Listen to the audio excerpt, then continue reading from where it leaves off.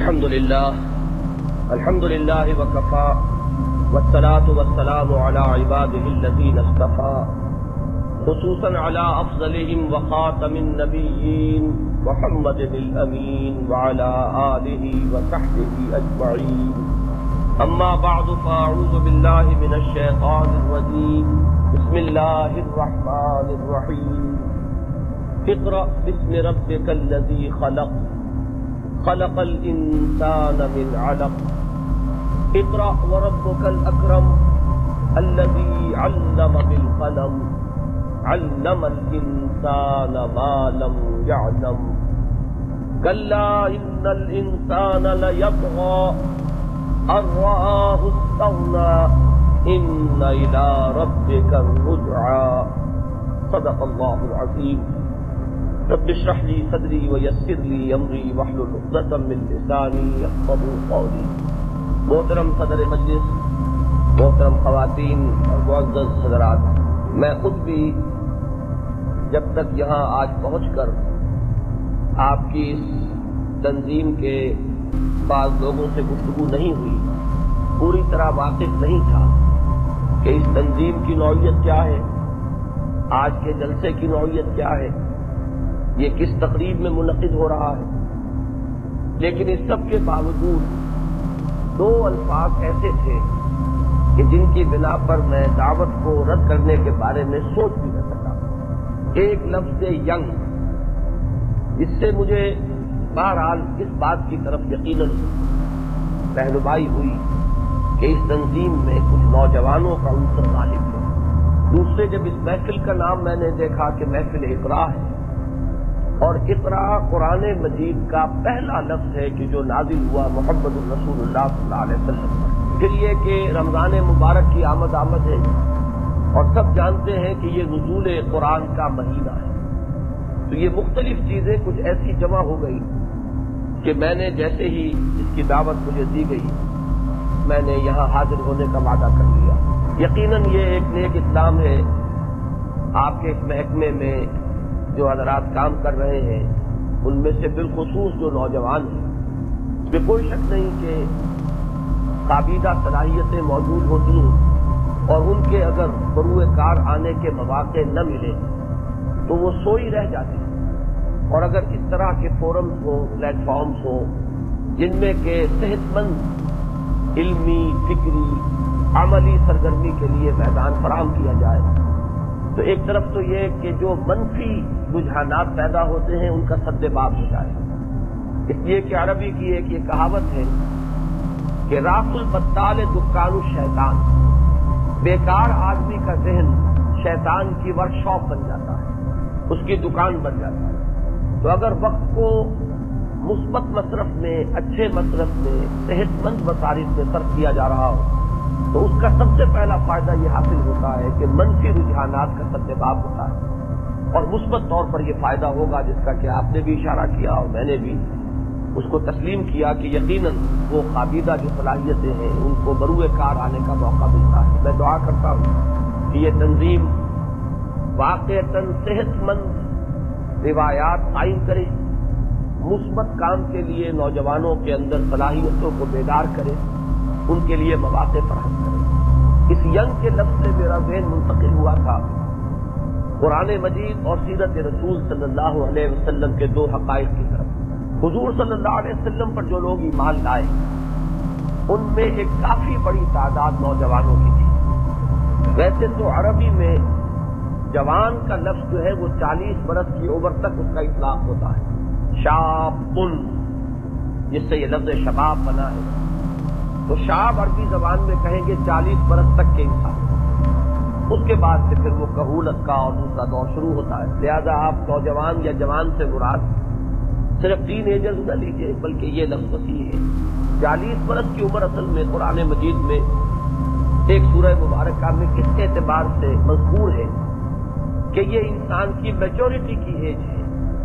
حتی اذا بلغ اشدہ وبلغ 40 سنۃ قال رب اوزعنی ان اشکر نعمتک التی انعمت علی وعلی والدی وان اعمل صالحا ترضاه.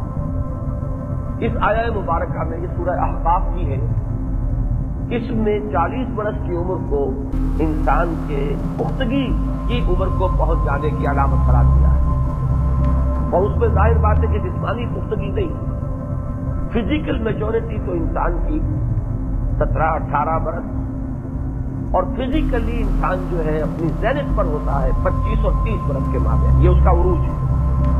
اس کے بعد سے جسمانی قوام میں تو کسی نہ کسی درجے میں ایک ڈھلوان کی کیفیت پیدا ہو جائے، لیکن کیونکہ انسان در حقیقت نام صرف قواعد طبیعہ کا نہیں ہے، بلکہ انسان کی مابہل امتیاز ہے اس کی قواعد فکریہ، اس کی ذہنی صلاحیت، اس کا انٹلیکٹ، اس کا شعور، اور اس سے بھی آگے بڑھ کر جو موضوع ہے نفسیات کا، سائیکالوجی کا، یعنی انسان نفسیاتی اعتبار سے میچور ہو، یہ در حقیقت 40 برس کی عمر کا معاملہ ہے۔ بہرحال اس سے پہلے کے لیے اب لفظ شاب کا اطلاق کر سکتے ہیں، تو نبی اکرم صلی اللہ علیہ وسلم پر جو لوگ ایمان لائے ان کی اکثریت جو ہے وہ اسی ایج پیریڈ میں شامل ہے، بلکہ بہت بڑی تعداد نوجوانوں کی تھی جنہیں ہم ٹین ایجرز کہتے ہیں، نوجوان، یہ جوان کا لفظ ہوگا لیکن نوجوان جسے ہم کہتے ہیں یہ 20-22 برس کی عمر تھی، تو ایک بڑی تعداد، اور جنہوں نے بعد میں نمایاں کارہائے عظیم سر انجام دیے، مثلا سعد بن ابی وقاص رضی اللہ تعالی عنہ جو فاتح ایران تھے، جب حضور پر ایمان لائے تو وہ بھی ٹین ایجر تھے۔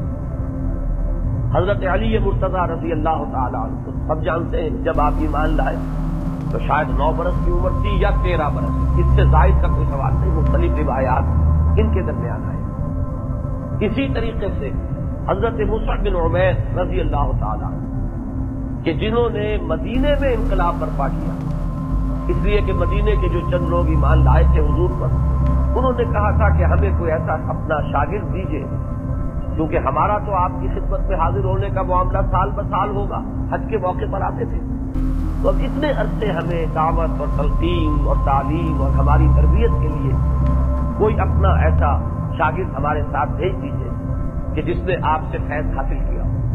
تو حضرت مصعب بن عمیر یہ بھی ایک بڑے ہی سجیلے نوجوان تھے، بڑے پاکے نوجوان، اس لیے کہ ان کے والدین جو تھے بڑے صاحب ثروت تھے، والد بہت بڑی دولت چھوڑ کر ان کے لیے فوت ہوئے، یتیم تھے، والدہ نے بڑی محبت سے ان کی پرورش کی تھی۔ 200 درہم کا ان کا جوڑا سل کر تیار ہوتا تھا، اور وہ وہاں نہیں بلکہ شام سے آتا تھا، سلا سلایا جوڑا، جیسے شاید کبھی آپ نے سنا ہو، جو آپ میں سے میری عمر کے یہاں پہ چند حضرات ہیں ان کے علم میں ہوگا، پنڈت نہرو کے بارے میں آیا کرتا تھا کہ نوجوانی کے عالم میں ان کے کپڑے پیرس سے سل کر آتے تھے، دھلتے بھی پیرس سے۔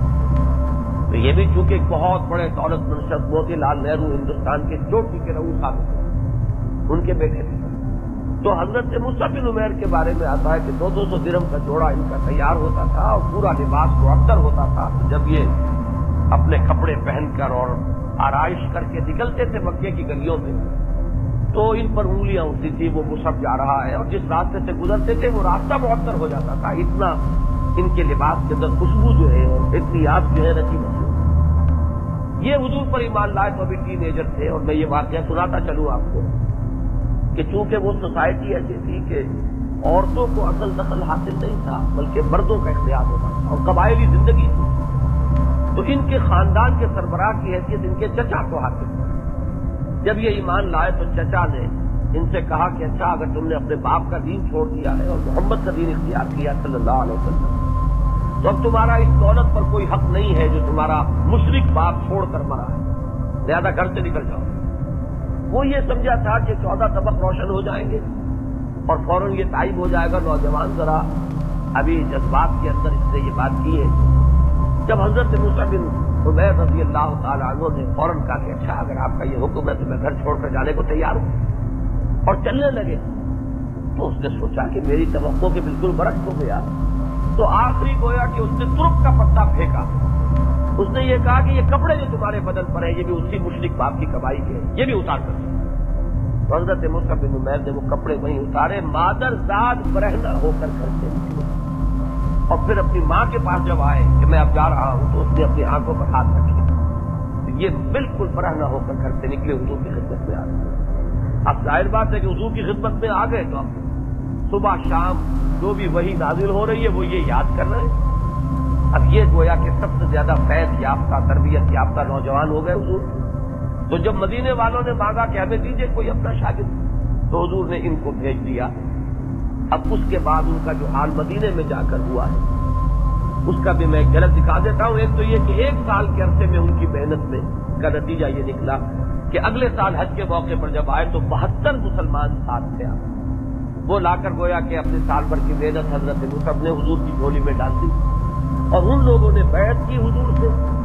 ٹھیک ہے اگر آپ مدینے تشریف لے آئیں تو ہم آپ کی حفاظت کریں گے اور اگر یہ مکے والے وہاں چڑھائی کریں گے تو ہم ان کا مقابلہ کریں گے. وہ بیعت عقبہ ثانیہ کہلاتی ہے اور وہ ٹرننگ پوائنٹ ہے اس لیے کہ ہجرت کی بنیاد وہی بیعت بنی. تو گویا کہ یہ بات کی جتنی کامیابیاں ہیں ان سب کا ذریعہ تو یہ 72 افراد اور ان کی بیعت بنی اور یہ 72 افراد اور ان کی بیعت جو ہے یہ نتیجہ ہے مصعب بن عمیر کی محنت 1 سال.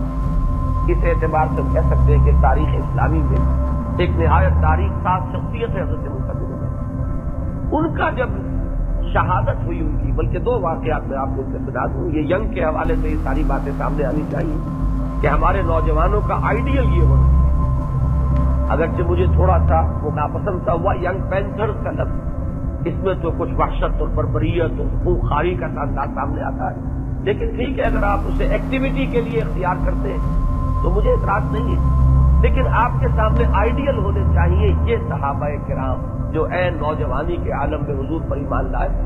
اس لیے کہ ہر ایک کا کوئی ایک آئیڈیل ہوتا ہے اور جب وہ آئیڈیل اس کا ہو تو اس کے کچھ اثرات بالکل غیر شعوری طور پر بھی آپ کی شخصیت کو مترتب ہوگی. جس سے آپ کو محبت ہوگی اس سے غیر شعوری طور پر بھی آپ متاثر ہوتے چلے جاتے ہیں. تو اگر صحابہ کرام کی عظمت ہمارے سامنے اور نوجوان صحابہ تو اس سے یقیناً ہماری شخصیتوں کی تعمیر میں ایک مدد ملے گی. تو حضرت مصعب کے 2 واقعات آپ کو اور سناتا ہوں میں. ایک روز حضور مسجد نبوی میں تشریف فرما تھے تو حضرت مصعب کا گزر ہوا ہجرت کے بعد کا واقعہ ہے. تو حضور نے دیکھا کہ مصعب کے جسم پر صرف 2 پھٹے ہوئے کمبل ہیں. ایک وہ کمبل جس کو کہ آپ نے ٹیبل کی حیثیت سے لپیٹا ہوا ہے اور ایک جو کہ آپ نے چادر کی شکل اور وہ بھی پھٹے. تو حضور کی آنکھوں سے آنسو جمع ہو گئے کہ یہ نوجوان جو ہے کہنے کو تو ہم سب غلام ہیں حضور کے اور مدح خواہ ہیں ثنا خواہ ہیں اور عاشق ہیں سب لیکن اصل میں تو عاشق رسول اگر یہ دعویٰ کرتے تو وہ سچا دعویٰ تھا کہ حضور کے مشن کے لیے حضور کے کام میں آپ کے ساتھ تعاون میں جن کی زندگیوں میں ایسے انقلاب آئے کہ وہ شخص جس کا 200 درہم کا جوڑا سل کر آتا تھا شام سے تیار ہو کر اور معطر ہوتا تھا جدھر سے گزر جاتا تھا ادھر کی پوری راستے جو ہے معطر ہو جاتے تھے. اب وہ عشق محمد میں صلی اللہ علیہ وسلم اس مقام تک پہنچ چکا ہے کہ اس کے جسم پر اب وہ کمبل ہے اس کے سوا کچھ نہیں. تو حضور کی آنکھوں سے آنسو آ رہے. پھر ان کی جو شہادت ہوئی ہے وہ بھی بڑی شاندار شہادت اس لیے کہ یہ علم بردار تھے غزوہ احد میں. ان کے ہاتھ میں مسلمانوں کا جھنڈا تھا. مہاجرین کا علم جو ہے وہ حضرت مصعب کے ہاتھ میں تھا.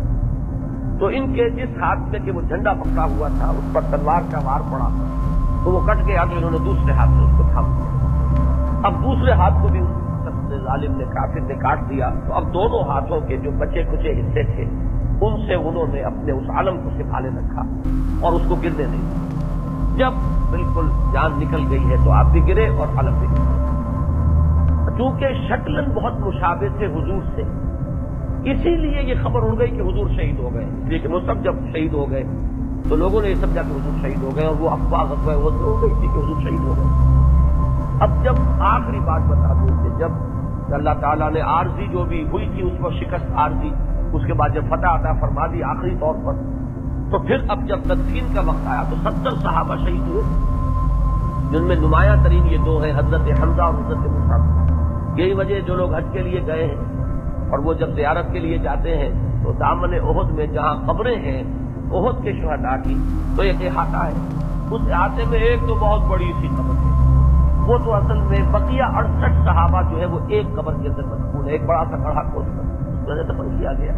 2 قبریں علیحدہ ہیں. ایک حضرت حمزہ کی ہے رضی اللہ تعالی عنہ اور ایک حضرت مصعب بن عمیر جن کا میں یہ سارا حال آپ کو سنا رہا ہوں. تو جب وہ ان کو دفن کرنے کا وقت آیا تو حضور کی خدمت میں ایک مسئلہ پیش کیا گیا کہ حضور جس وقت وہ سب شہید ہوئے ہیں، چونکہ شہید کا کفن کوئی نہیں ہوتا، بلکہ جس لباس میں اسے شہادت نصیب ہوئی ہو وہی اس کا کفن ہوتا ہے. اس کو علیحدہ کوئی جیسے ہم نہلا دھلا کر اور کپڑے پہنا کر اور وہ کفن دے کر دفن کرتے ہیں، ایسا نہیں ہوتا. علی حال ہی نہ ان کو نہلانا ہے نہ ان کے لیے کوئی کفن نہیں. لیکن فرمایا عرض یہ کیا گیا کہ حضور ان کے جسم پر صرف ایک چادر تھی، بس وہی جو نیچے باندھی ہوئی تھی، اور وہ چادر اتنی چھوٹی ہے کہ اگر ہم اس سے مصحف کا سر ڈھانپتے ہیں تو پاؤں کھل جاتا ہے، پاؤں ڈھانپتے ہیں تو سر، یعنی یہ کہ وہ 2 گز کی چادر نہیں تھی، بلکہ اس سے بھی کم کپڑا تھا جو وہ اپنے صدر کے لیے اس وقت استعمال کر رہے ہیں. تو ہم کیا کریں؟ حضور نے فرمایا کہ سر کو چادر سے ڈھانپ دو، اب جو پیر کھل جائے تو اس پر گھاس ڈال دو. یہ آخری کفن ہے جو 200 درہم تک جوڑا پہننے والے کو نصیب ہو. تو یہ ہے اصل میں ہمارے لیے ایک بہت بڑی یوں سمجھیے کہ مثال ہے، اس لیے کہ آج کے اجلاس میں وہ ینگ والی بات بھی جمع ہو گئی، اور یہ قرآن کے پڑھنے والے اور پڑھانے والے تھے، کیونکہ ان کا کام یہ تھا. مدینے جب گئے، جو مدینے کے صحابہ ان کو لے گئے تو انہوں نے جا کے وہاں کیا کیا؟ قرآن پڑھایا. چنانچہ ان کا نام پڑ گیا تھا المقری. جیسے آپ کہتے ہیں استاد آ رہے ہیں تو ان کا نام المقری تھا. المقری، وہ مقری آ گئے. اصل میں جس کو ہم مقری کہتے ہیں، قاری کہتے ہیں خود پڑھنے والا، اور مقری بنے گا پڑھانے والا، اس لیے کہ یہ باب افعال سے اس کا اسم فاعل بنے گا مقری، پڑھانے والا. تو یہ چونکہ قرآن پڑھانا ان کا کام تھا، قرآن کے ذریعے ہی سے وہ ساری تبدیلی جو ہے مدینہ منورہ میں برپا ہوئی. تو ایک تو مجھے سیرت مطہرہ میں یہ نوجوان جو حضور پر ایمان لائے، اور بھی ہے، لیکن یہ کہ حضرت سعد بن ابی وقاص، ان کا واقعہ یہ ہوا تھا کہ وہ جب ایمان لائے تو ان کی والدہ نے مرن برت رکھ دیا، بھوک ہڑتال، کہ اگر سعد جو ہے اس نئے دین کو نہیں چھوڑے گا، ان کے لیے تو یہ نیا دین تھا، حضور صلی اللہ علیہ وسلم کا دین، تو میں اپنی جان جو ہے دے دوں گی، نہ کھاؤں گی نہ پیوں گی. وہی مرن برت جو مہاتما گاندھی رکھا کرتے تھے، اور ہمارے ہاں وہ بھوک ہڑتال کے نام سے اپنے مطالبات منوانے کے لیے کیا جاتا ہے. تو اس عورت نے اتنا دباؤ ڈالا. اب آپ اندازہ کیجئے کہ سعد بن ابی وقاص، یہ بھی ٹین ایجر، 17-18 برس کی عمر تھی، کتنے یہ سلیم الفطرت ہوں گے جو حضور پر اس عمر میں ایمان لے آئے. اس سلیم الفطرت انسان کو کس قدر یہ بات بھاری گزر رہی ہوگی کہ میری ماں اپنے آپ کو ہلاک کر رہی ہے، آخر ماں کے حقوق ہیں. تو ان کے لیے بڑی آزمائش کا وقت آ گیا تھا. اسی لیے قرآن مجید میں پھر حکم آیا کہ اگر تمہارے والدین تمہیں شرک کا حکم دیں تو تم ان کا کہنا مت مانو. وَإِن جَاهَدَاكَ عَلَىٰ أَن تُشْرِكَ بِي مَا لَيْسَ لَكَ بِهِ عِلْمٌ فَلَا تُطِعْهُمَا. اگر وہ تمہیں شرک پر مجبور کرتے ہیں، باقی ان کے حقوق ہیں، لیکن جب اللہ کے حق سے تمہیں باز رکھیں، توحید تو اللہ کا حق ہے، اگر اس کے اندر وہ کمی کروانا چاہتے ہیں تو یا ان کا کہنا نہیں مانا جائے. بہرحال ان نوجوانوں کو آپ اپنا آئیڈیل بنائیں، اور حضرت علی رضی اللہ تعالیٰ عنہ وہ تو خیر ہمارے آئیڈیل ہے ہی کہ لا فتح الا علی، لا سیف الا ذو الفقار. تو حضرت علی ہو، حضرت سعد بن ابی وقاص ہو، حضرت مصعب بن عمیر ہو، حضرت خباب بن الارت ہو، یہ بھی بالکل نوجوان ہیں. ان کو دہکتے ہوئے انگاروں پر لٹایا گیا، ننگی پیٹھ دہکتے ہوئے انگاروں پر لٹایا گیا. ثابت سمجھ رہے ہیں حضرت عبداللہ ابن مسعود، یہ بھی بالکل نوجوان سے مانتا ہے. تو ایک کثیر تعداد آپ کو ملے گی صحابہ کرام میں، اور یہ وہ ہے صحابہ جنہوں نے بعد میں کار نمایاں پر انجام دیا. اس لیے کہ سعد بن ابی وقاص کون ہے؟ فاتح ایران، اور پھر اس کے گورنر رہے بہت طویل عرصے. تو یہ آئیڈیل آپ اپنا بنائیے. تو یہ تو سیرت کے حوالے سے مجھے یاد آیا ایک بات.